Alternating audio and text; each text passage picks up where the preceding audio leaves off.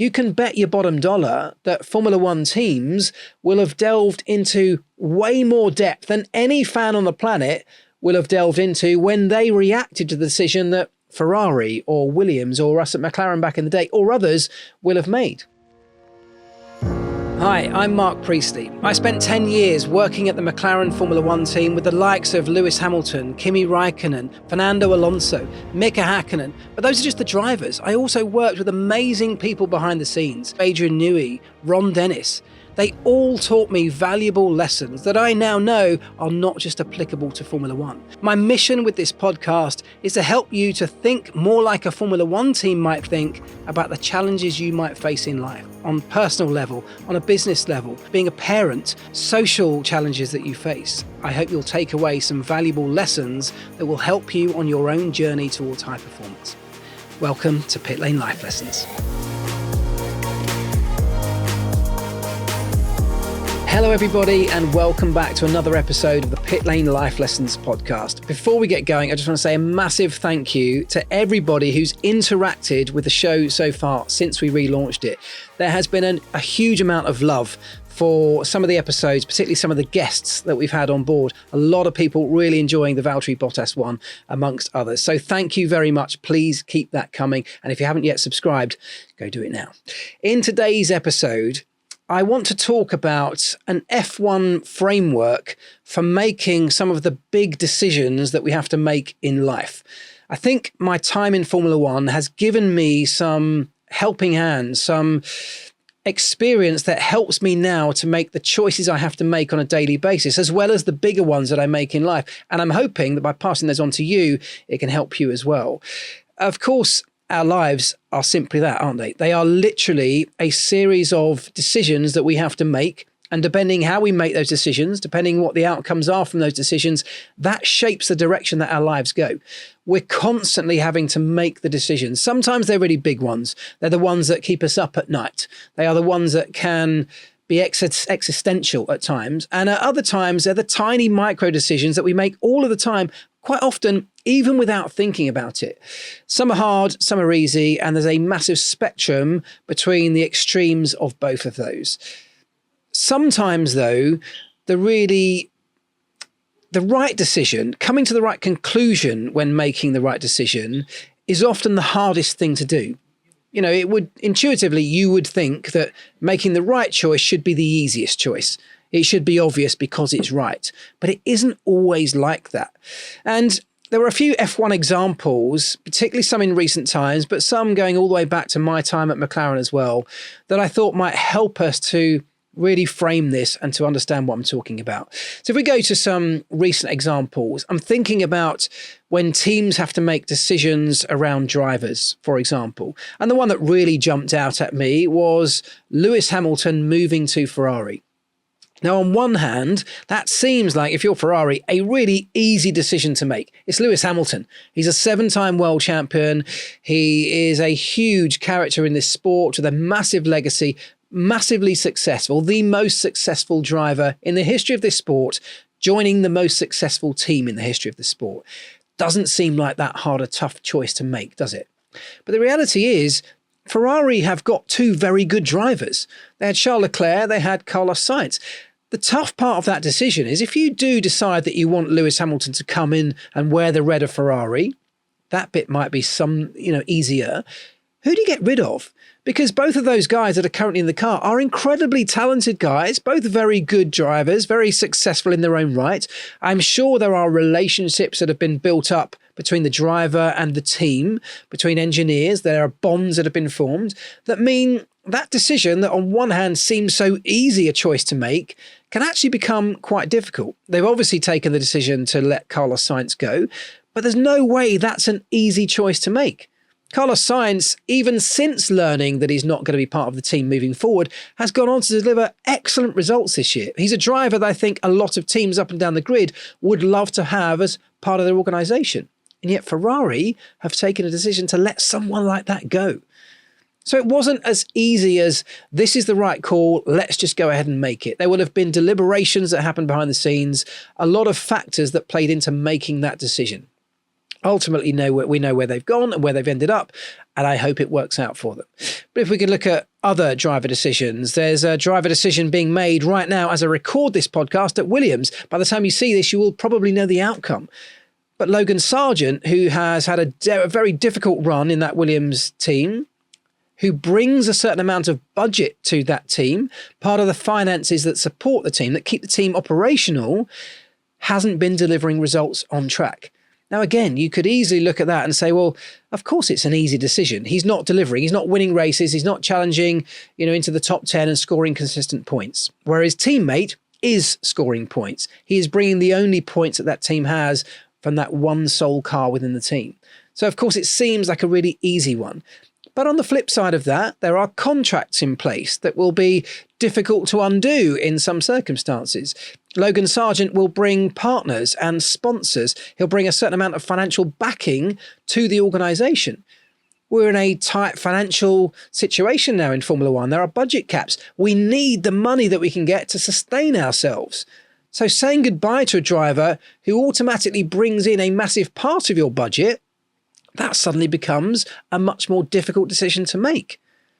But on the flip side of that, of course, Logan Sargent is crashing the car quite regularly. He's not bringing money in by scoring those points. And so actually the net result is he's probably costing you money with the amount of money you have to spend on rebuilding the car. And so those are all the conversations and the dilemmas that will have been happening at Williams. As I said, right now, there has been no decision, but a lot of talk about changing drivers midway through a season, which cannot ever be an easy call to make. And I was thinking back to another one, which is a slightly different scenario, but my time at McLaren, that fateful year, 2007, where we had Lewis Hamilton and Fernando Alonso in the team. Alonso being the current world champion, Lewis being this young rookie, and of course we know how good he ended up being. But in that year, probably the two best drivers on the grid were in an incredibly good car, one of the best on the grid. We had all of the opportunity to win the world titles that season, and yet by the end of the season, we won nothing. Part of the reason we won nothing was because that driver pairing didn't work. They didn't get on with each other. The story has been well documented. And if you haven't heard about it, well, go and buy my book. There's a cheap plug. But the idea that the two best drivers on the grid, in many people's eyes, could not be made to work at one of the top teams in this sport seems like an impossible scenario to have found ourselves in. And yet at the end of 2007, after just one season with that driver lineup, McLaren had to take what must have been, again, a very difficult decision to let the world champion as he was, Fernando Alonso, a double world champion, to let him go from the organisation, to nail our colours to the mast of Lewis Hamilton, who was at the time simply a rookie, showing all kinds of promise, but a rookie nonetheless. There's no way that's an easy choice to make. And of course, there were a huge number of complications around those decisions, all of them that I've just mentioned, that make the conversation or the difficult decision even harder to come to a conclusion of. What I want to talk to you about in today's episode is how Formula One comes to decisions like that. And as a result, how perhaps you might be able to implement a similar kind of procedure when you're faced with big decisions in your own life. Because as I said earlier on, we do this all of the time. You can look at some of those choices, the idea of letting go of a Fernando Alonso from McLaren, by the way, back then, who was the world champion. If you're Ron Dennis, maybe that's not such a difficult decision because the relationship had broken down to such an extent that from an emotional point of view, from a relationship point of view, there was almost no relationship left. So maybe from that side of things, it was obvious. But if you look just solely from a sporting perspective, he is one of the best drivers that this sport has ever seen. Are you really going to just allow someone like that to walk away early from a contract at a top team like McLaren? There are always complications. Now, the way that I have always looked at making decisions like this, and of course, as I said, we're ranging from the very small ones to the very big ones in Formula One and in our lives, in business, across a spectrum of life. When I look at making those kind of decisions, because this is how we did most of this stuff in Formula One, we try to quantify the various outcomes, the two paths that you might be faced with. And sometimes you're faced with more than one path, by the way. But the possible outcomes, we try and quantify them. Now, that might seem like an obvious thing to do. So For example, if someone's going to bring in a certain amount of money as opposed to someone who's going to bring in a lot less, there's a very quantifiable part of that decision. Someone's going to bring in more cash. Maybe that's what you need most. There's your decision almost made for you. It's rarely ever that simple. There are so many layers to these decisions that trying to put quantities or values, trying to put numbers on as many elements of that decision, many layers in that process as possible, is the way that a Formula One engineering team or a Formula One strategy team would look at almost everything we do. We love a bit of data in this sport. We love to be able to assign values to things so that the decision is not so much based on a gut feeling or emotion. We can quantify it. We can back it up with some data, some tangible numbers that we can put in front of us and show somebody and say, look, this is why we made the decision. If you go back to those driver swaps as an example, the Ferrari one, bringing in Lewis Hamilton will undoubtedly bring into the organization, bring to the brand a massive amount of value solely by his presence. Lewis has a huge value in himself from a commercial standpoint, from a legacy standpoint. There is massive value associated to Lewis Hamilton, even outside of what he can do in the car. You can put numbers on that. You can put numbers on the reach that Lewis Hamilton has across the world with fans, with brand partners. You can assign a value to the increase in costs that you can charge a brand to be associated with a Lewis Hamilton in a Ferrari, for example. They're all quantifiable. You can assign a number to them. If you compare that to the relevant number that you would assign for the same thing, comparing it to, say, a Carlos Sainz, it's clearly going to be much higher from a Lewis Hamilton point of view when you look at things commercially. So all of that side of things is quantifiable. We can come up with a list of numbers, a list of values, and we can very clearly look that one brings in more than the other would.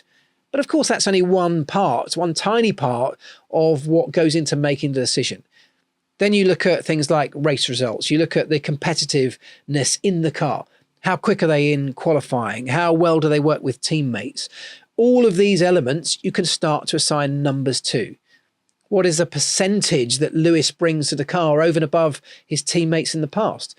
Have we got something that's comparable between, say, a Carlos Sainz and a Lewis Hamilton? Have they ever been in the same car? Even if they haven't, have they worked in the same time, in the same era of Formula One, and have their numbers been comparable at any point?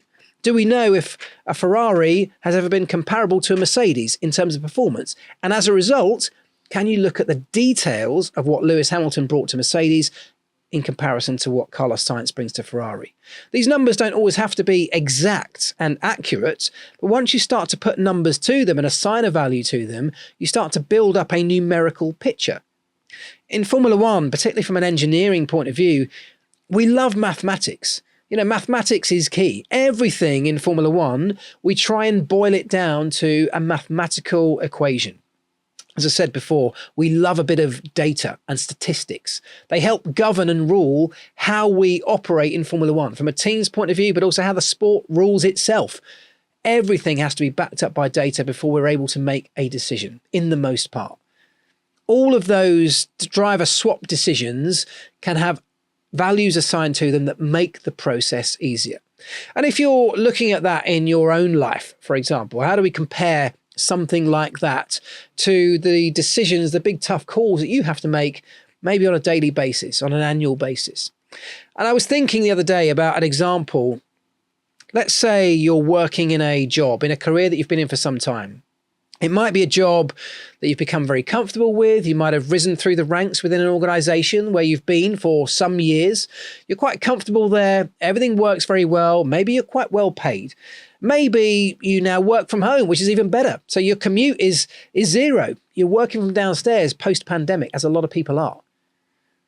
If we start to think about that and assign values to all of those things, because the moment another offer comes in, for example, another job offer, if another company approaches you and says, listen, we've seen what you do, we like what you're doing, we've seen it from afar, we would like to offer you a role in our firm, a competitor's organization, for example. If we can start to assign values to the things that I just mentioned, things like the commute, things like the salary, which is an obvious one, we know the value of that. We can compare these things to the same comparable numbers for the opposite outcome of that decision, the new job offer, as the example that we're speaking about here. Now, in Formula One, we would go into some depth. Many of the elements of that decision are not obviously assigned with numbers. So, for example, you could look at things like the commute. Maybe the new job offer has a slightly higher salary, but the commute is a bit further. So this new company, want you to go into an office 3 days a week, for example. Whereas right now you're working quite comfortably from home. It allows you to have more family time in the evening because you don't have to go anywhere. You can be a bit more flexible about how you manage things around the house. Maybe look after the dogs. All of these things, we can start to factor in a value associated to working from home. And then we can compare that to the value associated to going into an office. Now, for that, you might say, well, okay, the commute, it's going to take me half an hour to get there in the morning and the same on the way home. So there's a monetary value to that. I've got to pay for my travel costs, for example. There's a time value to that. Maybe I'm going to lose an hour each day just in traveling. Guys, I hope you're enjoying the conversation so far. If you can take a very quick moment to like, subscribe, follow, leave me a comment or a 5-star rating, I would really appreciate it. It makes a massive difference to the podcast. But there's also a positive net cost or value associated to that, which might be that over the last couple of years, since you've been working at home, you feel like you've lost complete touch to the network that you were surrounded by when you used to go into an office. Maybe you've been feeling a little bit alone in your role. Maybe you no longer feel like you're part of a bigger team, part of a bigger organization. And there is value associated to that. If you're missing that feeling, if you're missing the connection to others that so many people are, you can assign a value to that. As I said earlier, it's not necessarily an obvious value, but if you weigh up those two sides of the coin, you might say, with all of those elements combined, my commute, together with the lack of people where I am now, adding in the positive effect of being in amongst people where I potentially am going, offset the commute, and all of those different factors, you can give a value to each. So you might say that working from home, the net value to you right now is maybe a 5 out of 10. Because it is great that you don't have to go anywhere. It is great you have more time at home, but you have been missing this connection to others, bouncing ideas off other people in the office. And that's brought that score for you down over the last couple of years. So maybe you're at a 5. You compare that same associated value to the new proposition, the new offer that's come from another company. And you might say, well, yes, the negatives are that I've got to travel a bit further. There's a cost associated. But you know what? One of the biggest things in my life right now is I'm missing that sense of connection to other people. So that score is bumped up suddenly for you. And overall, the net value of this commute might be a positive for you. You might score it a 6. So in that particular element of the conversation around your decision, the new job might score 1 place higher in that small part of it. Now, that's one tiny element. In Formula One, we break things down into almost finite elements as best we can. As many values and numbers as we can assign to something, the more data we're able to collect around a decision, the better equipped we feel to be able to take it. So you do the same process for things like the salary. One will clearly pay probably more than the other, but are there some associated benefits that are in that package that might offset a slightly lower salary, for example? Maybe there's healthcare attached to that. Maybe there's gym memberships, whatever it might be. There will be something that will allow you to assign a value to your salary over and above just the simple number that's going to end up in your bank account at the end of each month. So you come up with a value for one and you come up with a value for the other. And you find out which is bigger or smaller than the other. They might be very close. And in fact, they might be the same. They may have different salaries. The overall net value to you might end up being the same. That's fine. Continue through the process. Look at the people you're working with. Look at the position you've been offered. Look at the ambition of the company that you're potentially going to move to compared to the ambition where you are now. Look at your scope for moving up within the organization. You've been where you are right now for some years. Maybe you feel you've maxed out. Maybe you feel your reputation is pigeonholed into a certain area in this organization, and therefore you feel limited about whether you can branch out in something else you're really interested in. Maybe a new company might give you that kind of opportunity. Assign a value to it. Assign a number. And if you go through this process, this idea of assigning values and attributing numbers to as many of the small details that go into making the decision, you end up with what we would call a data set. Now, once you've got a data set, and it just simply is a series of numbers that you can put in a table, you can write it and display it in a graph if you want to. Something else we love in Formula One, looking at graphs. These data traces or these data sets give us an indication into some of the finer details of this decision, way above and beyond what might have been your initial response to making that decision when you were first approached. Because the other side of all of this is that there is generally a big picture feeling. If someone comes along and says, listen, we want to offer you a new job in this big company, we're going to give you an extra £10,000 on your salary. Now that immediate number might start to suddenly wave some flags and ring some alarm bells and go, well, that sounds amazing. Another 10 grand for doing pretty much the same sort of job at another company. Great. Seems like an easy decision. I'll take it. And actually, a lot of people make decisions based on that intuition, that immediate response, that emotional response to the very first time you're faced with the decision. But actually, what Formula One has taught me is, although there are times when that clearly is important, when time is a factor, sometimes you have to just make the gut call, the gut decision. And quite often it can be the right one. But when we have a bit more time to delve into it a little bit deeper, going into this idea of trying to create data sets based around as many different parameters as we can come up with that decision can help to unlock some insights that we might not have first seen when we first jumped to the first initial conclusion when that offer was put to us. And I find today that is really helpful to me in my life when I'm faced with a big decision or a tough decision that I feel like I need to make. Quite often, a lot of people around me will say, well, it's obvious. Surely you're going to make this decision. Surely you're going to take that job. Surely you're going to go to this place and take this opportunity. It might be around relationships. You can do the same thing. Do you want to buy a house or stay where you are? Do you want to, move to a new location because there might be more opportunity? There's an obvious side to that decision and then a much more difficult one, like in the examples I talked about with driver decisions in Formula One. You can bet your bottom dollar that Formula One teams will have delved into way more depth than any fan on the planet will have delved into when they reacted to the decision that Ferrari or Williams or us at McLaren back in the day or others will have made. Fans typically, with no disrespect, when you're watching the sport, you make a snap judgment based on the small amount of information that you have just through watching. And the only information you have when you're talking about drivers, for example, as a fan, typically is their results. You look at how many race wins they've had, how many championships they've got. You look at their qualifying head-to-head with the opposition or with their teammates. Those are the kind of stats that we have access to. But a team has so much more. How does a driver work with the engineers? How does a driver work with partners? How amiable or open to different things and different ideas are those drivers? How easy are they to work with? How much ambition do they have in terms of driving the team forward? How supportive are they to the hundreds or thousands of people working away behind the scenes at base? Those things make a difference to a Formula One team. They're not necessarily available on the public market, those stats, those values. Only the team will know how well they're able to work with them from an engineering point of view or a commercial point of view. But they can assign values to them. And you can bet that all of those teams I mentioned went through a similar process of assigning values to all of the different elements that went into making those decisions. Now, what I'm suggesting, because I do this myself, and I don't always sit down on a practical level and literally write these things out and form a data sheet in front of me. I have done that. Some of my bigger decisions in life, that's exactly what I have done. Quite often, this is a process that I run through in my head. I think about what my gut feeling is, what my immediate answer would have been if I had to make a snap judgment.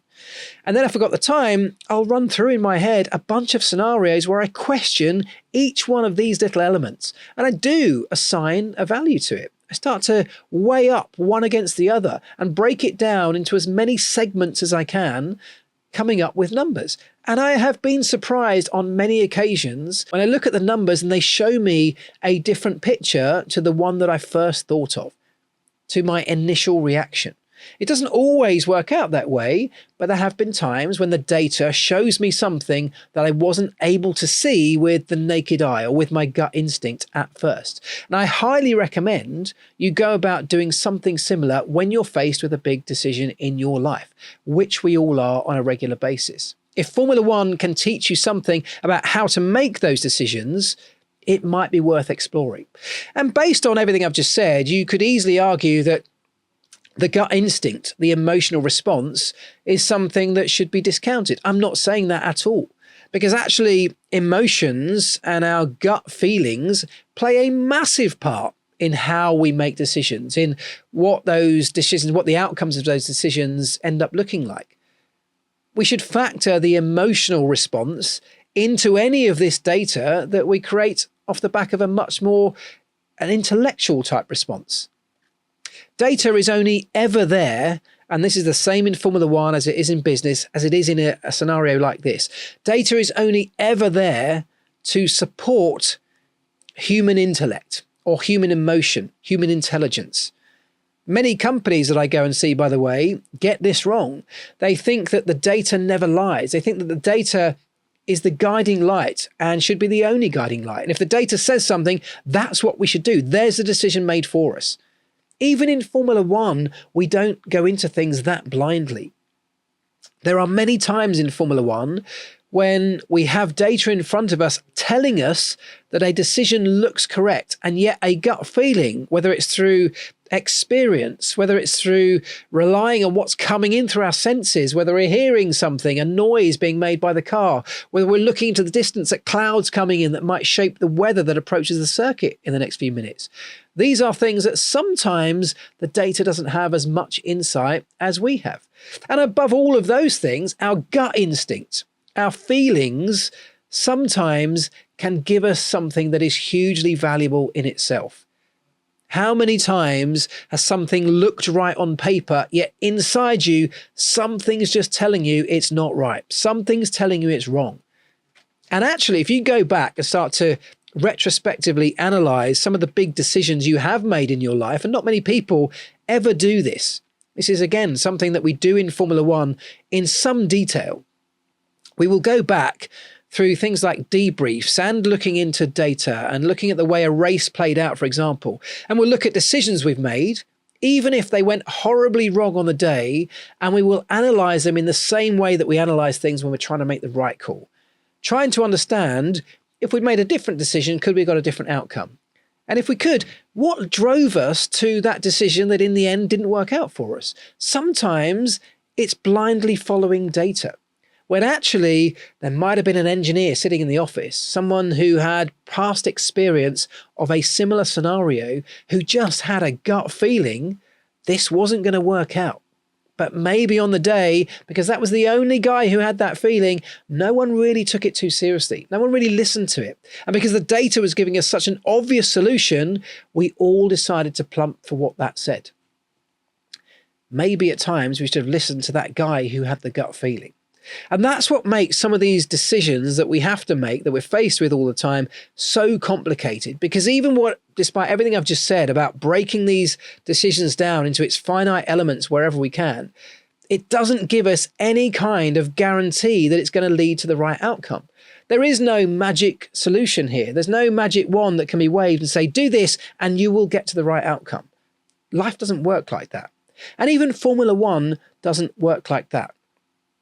But what data can do for us, and this is why we plump so much into it in Formula One, is data can give us an insight that means the chances of us getting the best outcome are far greater statistically than if we didn't have that data-led insight.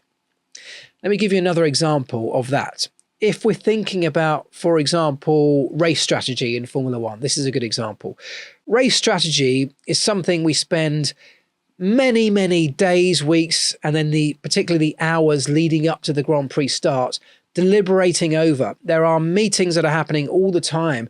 People running on simulators back at the factory, not even in the same countries wherever the race is being held, working all the way through the night sometimes, trying to generate enough data that will give us the answer to the conundrum of which race strategy we should be plumping for on a Sunday afternoon. despite all of that, it's only ever going to be a best guess. We spend so much time trying to calculate the probability of a safety car happening, for example, or of rain coming in and affecting the Grand Prix, changing the Grand Prix on its head, changing the outcome of that Grand Prix. We need to know these things as best as we can to be able to make the right decisions. But the truth is, no one can really predict the weather with 100% accuracy. No matter what data we have, it's not the only way of predicting whether that rain cloud is going to end up over this circuit and then drop its load of water, affecting which tyres we need to be on at which particular moment in time. There is nothing that can give us that with 100% certainty. So the decisions that we're making during a Grand Prix in Formula One around things like race strategy are in reality a best guess. We have radar and satellite equipment that gives us some pretty accurate readings on the weather coming in. Sophisticated technology today means that those readings are generally way more accurate than they used to be. We can say with some certainty whether or not a rain cloud or a weather set that's approaching the track will hit or not. We can even say to some certainty pretty much what time it's going to arrive. But how many times have we seen that be wrong? How many times has a driver been in the car and made a gut feeling, a gut decision, which has either turned out to be right or wrong? Think back to that race where Lando Norris was leading the Russian Grand Prix, right? You know the one I'm talking about. He's got Lewis Hamilton chasing him down. This is Lando, who's never won a Grand Prix at that moment. Lewis Hamilton, 7-time world champ, is in his mirrors. He's chasing him. He's closing on him for the race victory as the race comes towards its conclusion. The weather data, the radar was saying there is going to be rain in the closing couple of laps. It could even predict, as I said, with some certainty, the intensity of that rain, when it was going to arrive, how long it was going to last, and what intensity it was going to be. But no one was utterly confident about it. Lando Norris, who's in the car, has a gut feeling, and quite a strong one, to the point where he thinks he doesn't want to be disturbed from where he is right now. He's in the groove, he's in the lead, and he thinks he can manage this to the end of the Grand Prix. There's no data for him to suggest that. It's a gut feeling inside the driver in that moment based on experience and what he's feeling through the seat of his pants and what he's seeing out of the visor of his crash helmet, the level of rain and everything else. He's factored all of those in. It's created a gut feeling. His gut feeling was, let's not come in for wet tyres. I think I can see it out in just a lap or two. We can get to the checkered flag and I could win my first race. He saw the checkered flag in his mind. He was celebrating to some extent in the back of his mind already. He could see it and he wanted it badly. Didn't want to leave and give up that position of leading the Grand Prix. Lewis Hamilton and his team at Mercedes were very much led by the data in that decision. They had all of that data I'm talking about when the rain was coming, the level of intensity. Now, it's an easy decision to make from second, of course, because you're not giving up the lead of the Grand Prix, but Mercedes were able to follow the data, make the call to bring Lewis in, get him on those wet tyres with some confidence that in the next couple of minutes, the circuit was going to get very wet. And that, of course, is exactly what happened. The gut feeling that one driver had was completely wrong. The gut feeling combined with the data that another team and driver had ended up being completely right. Now, Lando Norris and McLaren will, of course, gone back and evaluated all of those decisions, all the radio traffic, everything that led into making that call. They will evaluate it, learn what they could have done better, what they could have done differently, and how they came to the conclusions that they came to. And it may be that a result of that investigation, the result of that debrief, is that Lando just had a gut feeling it was the right thing to do, and so therefore overruled his team on the radio, decided to stay out. And if that was the reason they made that call, there is nothing wrong with that. With hindsight, of course, you can go back and say, well, look, it seemed obvious. If Lewis and Mercedes can get this so right, how could McLaren and Lando get it so wrong? But of course, it was fine margins. And once you start factoring in gut feelings, there is no guarantee that the decision you make based on that will be right or wrong. You are making your best guess. If I look at race strategy as a same sort of example from a safety car perspective, let's say, we spend a huge amount of time trying to predict the probability of a safety car. We might look at historical data from a circuit and we'll create, in the same way I talked about earlier on, we'll create a set of numbers, a set of statistics that mean we can base our decision on whether or not we think there's going to be a safety car based on some data. It gives us a way of validating that decision. And as we go through a Grand Prix, after the first 10 laps, we can reassess. In fact, we do this all of the time, by the way, every single lap. We're reassessing that level of probability. So the probability of a safety car, for example, in the first lap, on the opening lap, is quite high statistically. Maybe over the last 10 races, it happened 9 times. We got a safety car on the opening lap of this particular race. Somewhere like Monaco, you could say there's a high chance of that. Very little way of escaping, getting cars off the racetrack, no escape roads, no runoff. If you have an accident, which is highly likely at the start of the Grand Prix, it's probably going to need a safety car. There's a very high statistical probability that will happen. So when you're formulating race strategy, of course, you're going to factor that in.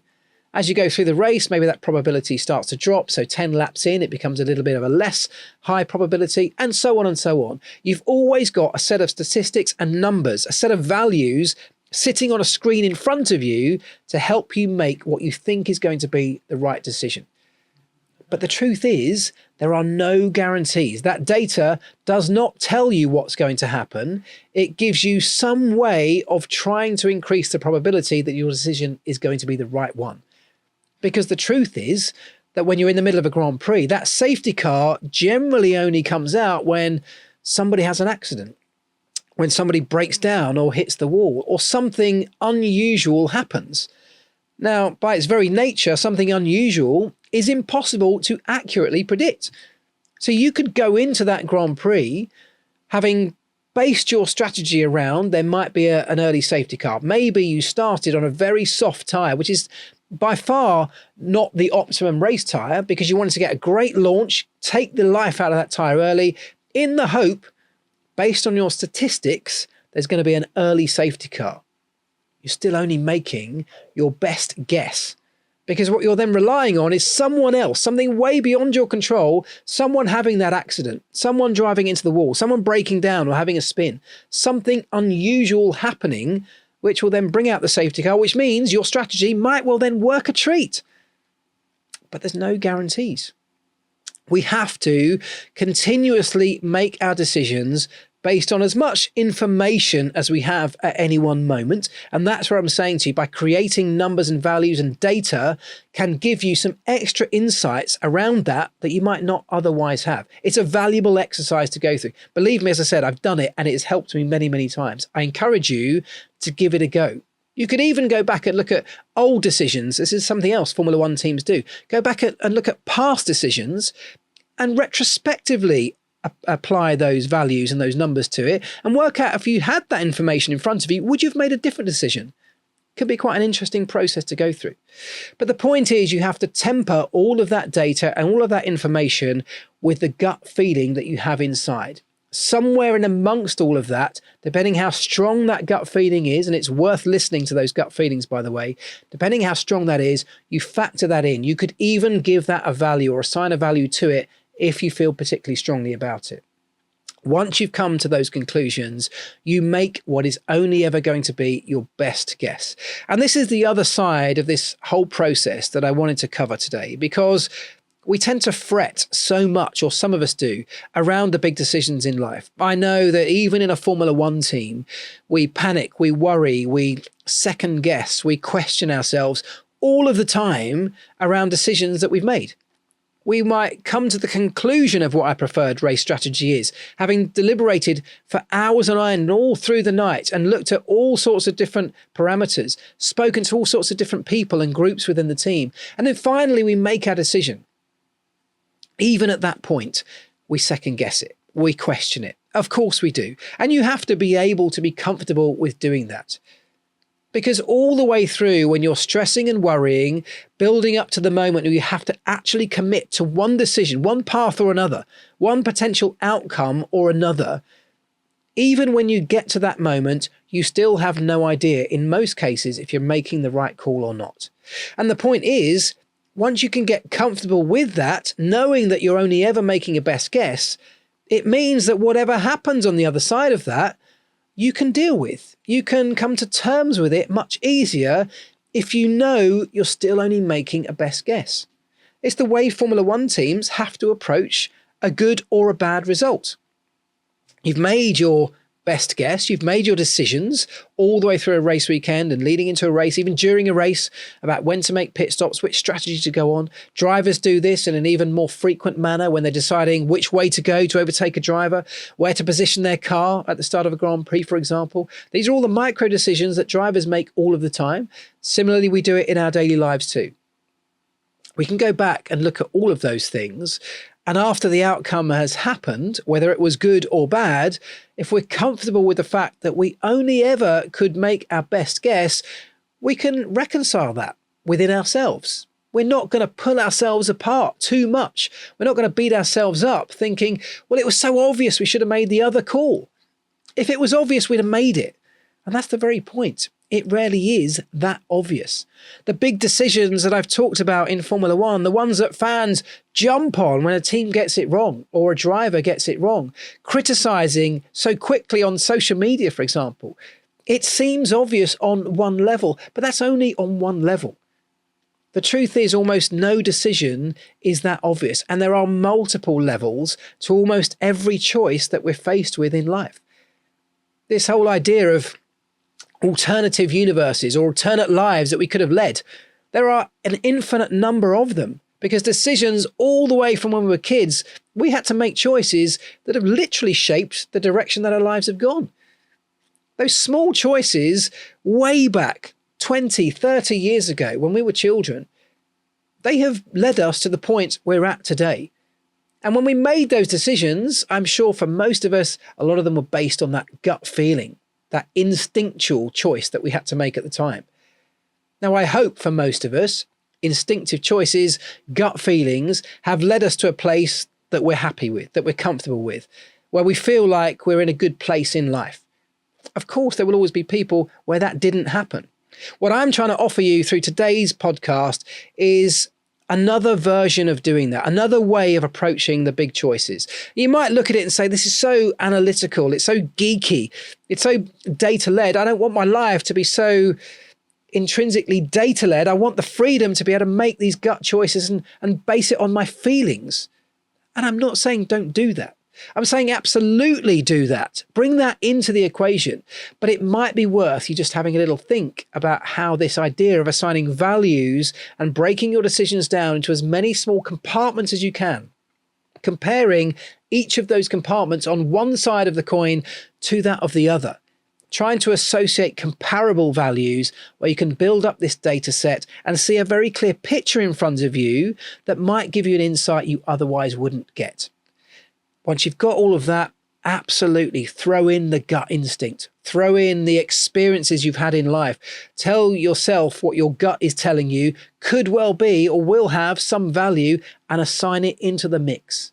And I hope by doing that, by going through a process like this, in the way that I have learned through my many years in Formula One of doing something very similar, where, by the way, I think it's fair to say we've got more decisions right than we got wrong. That's not a given, by the way. That's not the same. That's not going to be the case for everybody. But by leaning on some data, by giving ourselves an extra insight that's not just there on the surface, the one that we see with the naked eye, the very first thought, the very first reaction to a choice is only a surface level one. By delving into these multiple layers, you give yourself extra insights. And I firmly believe it has helped me and my Formula One team to make more good decisions than we made bad decisions.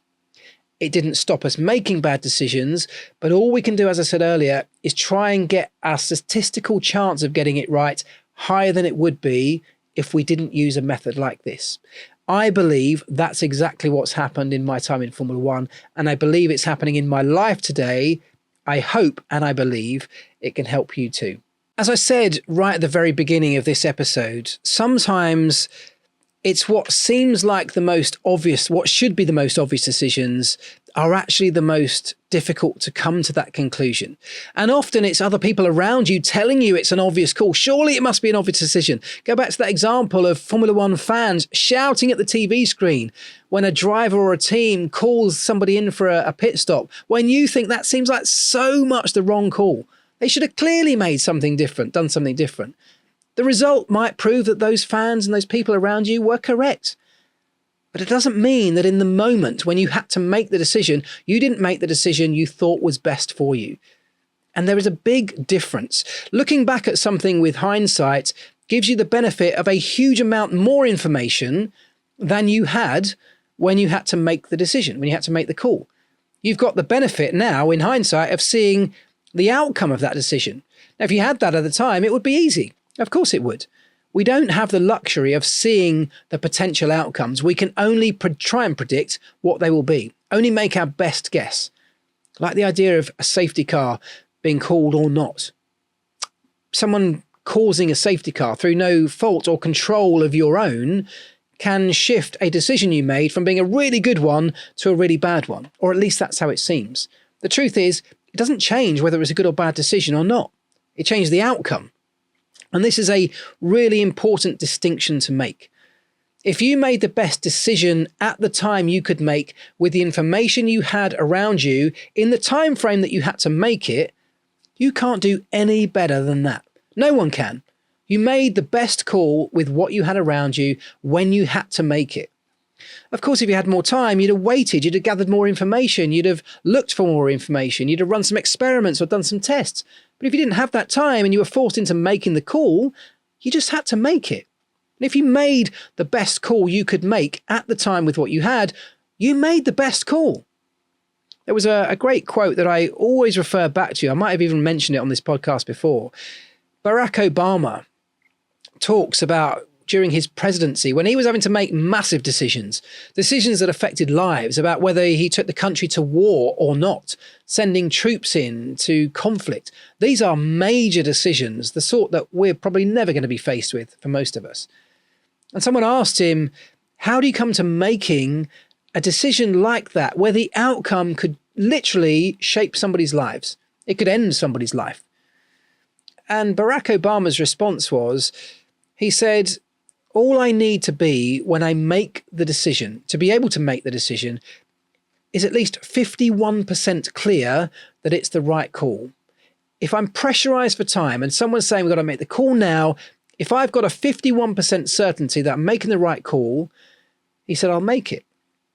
He said, knowing that the odds were in my favor, that I was making the right choice based on the information that I had at that time when I had to make it, I can go to bed at night and I can sleep, knowing I could not have done any better.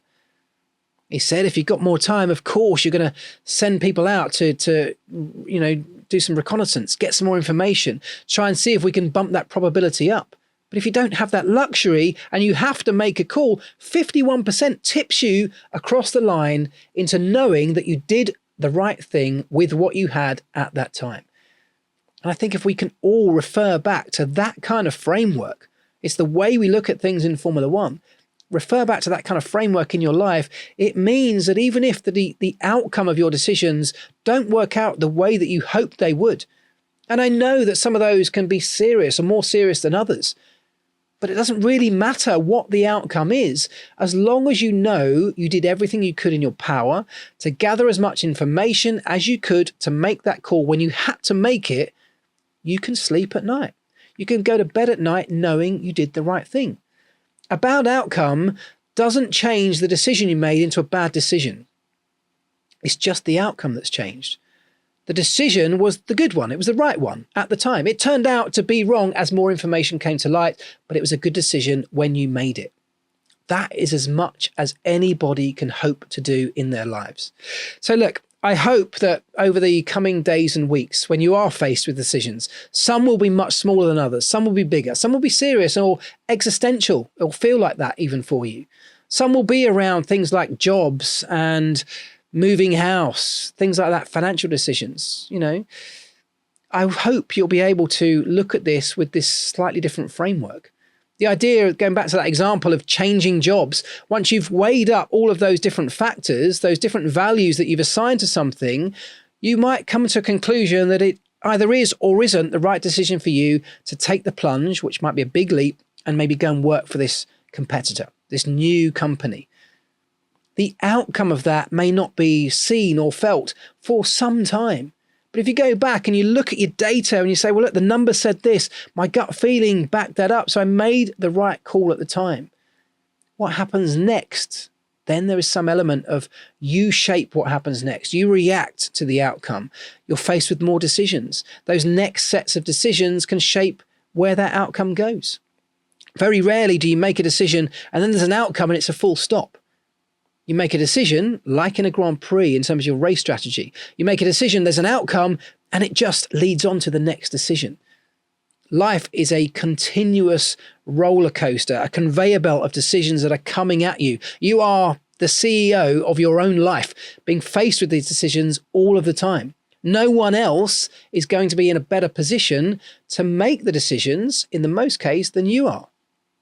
But if you can think about it a little bit more in the way that a Formula One team might think about it, in the way that I've described, maybe come up with your own version of that. And by the way, once you've got that data, those numbers, if you come up with a system like that, you can choose to display it in any way you like.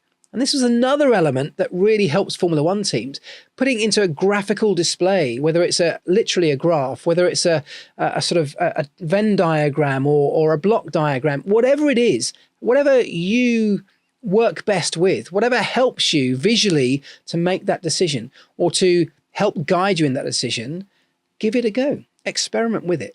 As I said, I have done this in my personal life. I'm speaking from experience that I know this has helped me on occasions. It's not for every decision. I'm not going to sit here and claim I do this every single time because I don't. But I do this when I've got a big decision in my life, and they happen all of the time, and I would encourage you to do the same. At least give it a try. I hope that you have really enjoyed today's episode. I know it was just me. There are more guests coming on the way in this new series of the Pitlane Life Lessons podcast. But thank you once again for all of the wonderful feedback. However it is you watch or interact, whether you listen on the audio platforms or watch on YouTube, please interact. It makes a massive difference. If you can leave me a comment, some feedback, it will help shape the direction we go. I'd love to know who else you'd like to see me interview sat right here on this sofa. I would love to know the direction you would like this podcast to go, because that can help take us in that very direction. Please leave us a like, a subscribe, a follow, do whatever you can. A 5-star rating makes a massive difference to the way this podcast is received, how big it gets, and that will encourage even bigger guests to come on that I hope you'll enjoy even more. Thank you once again, and until we speak again, don't forget this: do the right things, do the things right.